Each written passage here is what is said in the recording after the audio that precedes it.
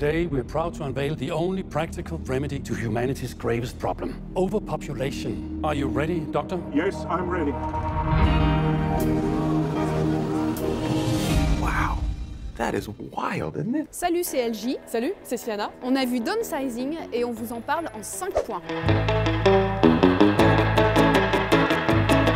Point numéro 1, le sujet. La solution de réduire la taille des humains pour pouvoir réduire la surpopulation.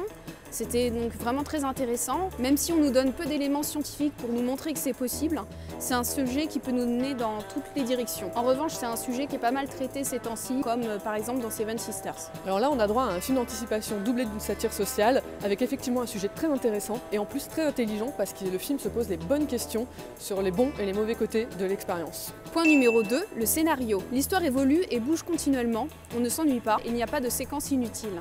On ne s'attend pas du tout aux différents rebondissements et c'est très agréable de ne pas savoir la fin dès le début du film. Alors moi je trouve qu'on a un scénario assez bancal en fait, avec une première partie vraiment chouette, très intéressante, et c'est comme quand on lit un bon bouquin, on a juste envie de tourner les pages pour connaître la suite, mais tout ça pour arriver à une seconde partie extrêmement laborieuse qui perd de vue son sujet et qui tombe un peu dans la comédie romantique assez moyenne. Et personnellement je trouve ça beaucoup trop inégal. Point numéro 3, la réalisation. Alors la réalisation, elle est plutôt simple, mais j'ai vu quelques moments bien mis en scène, surtout lorsque Matt Damon se fait rétrécir, et ces moments sont bien accompagnés par la musique. Alors pour moi, la réalisation d'Alexander Payne est assez classique, assez propre, il n'y a rien à dire. Il y a même 2-3 séquences qui sont plutôt bien fichues et bien rythmées.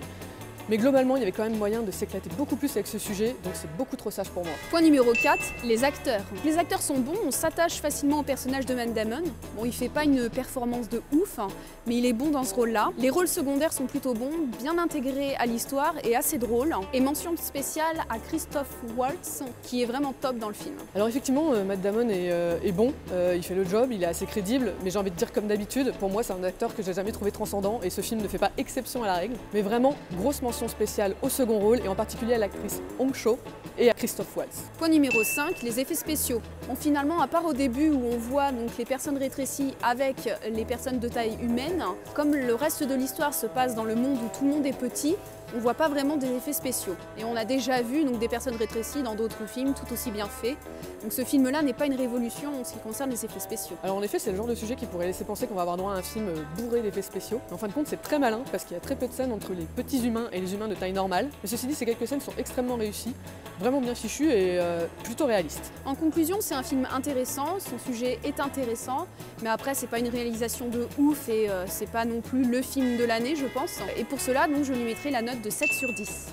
Au final, on a un film vraiment sympatoche, assez fun, on rit pas mal, mais malheureusement beaucoup trop inégal pour moi et qui n'exploite pas à fond son super sujet de départ. Et en plus, il y a quelques longueurs, donc du coup je vais lui mettre un 6,5 sur 10.